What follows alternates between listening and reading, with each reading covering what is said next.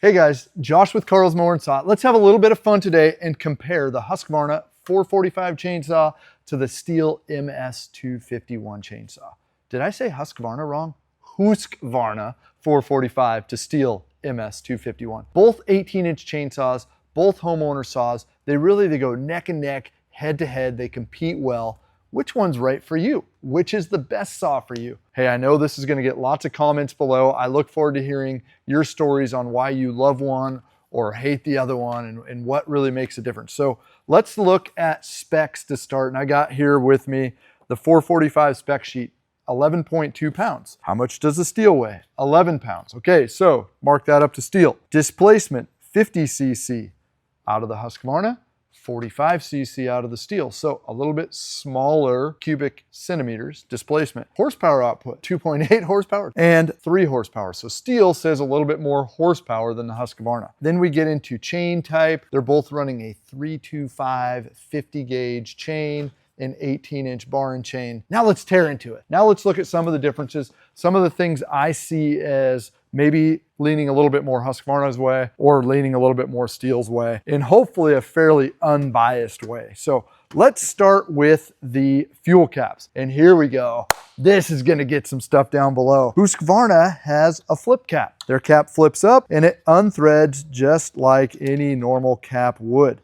This is just like their old caps. The only thing they've done is instead of making you have to rely on a screwdriver to loosen it, you have a little tab that flips up. STIHL has a flip cap. And talk about something that is just so much contention in the ranks is the STIHL flip cap.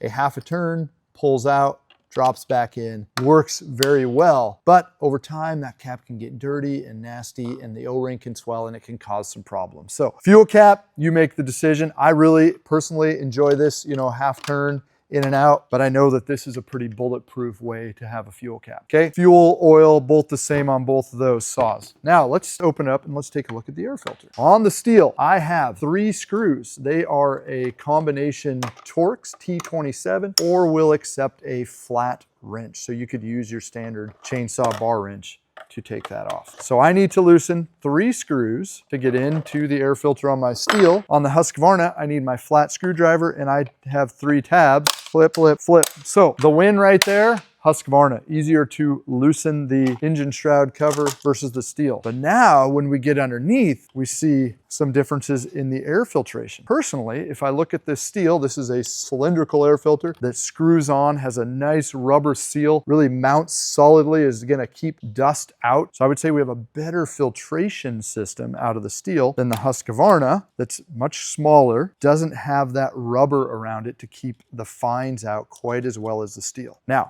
is this a problem? I keep up on filter maintenance. This is good. There we go. A little bit of difference in our filters. Spark plugs, both on the top. If I look at my cooling fins, right? So cooling fins are right here. It appears that STIHL's are a little thinner. And if I look at the numbers, we really have about the same area in cooling fins. So our heat dissipation out of the engine should be very similar. Let's take a look at the side here. Let's get this cover off the side. Single bar nut on both. The Husqvarna uses the 13mm bar nut. The STIHL uses the 17mm, the large size of the bar nut. So take this bar nut off. We'll take this side cover off. Sometimes the Husqvarna fight you. It seems as though their chain tensioner can sometimes mess with getting this cover off. So just know that. You can fight that a little bit more. This is a metal cover with my chain tensioner built right in here to the side, and we have an outboard clutch. Let's come over to the STIHL here. Large bar nut, hypothetically, could create a better clamping area, probably a small little point to look at. STIHL has just used this size bar nut forever,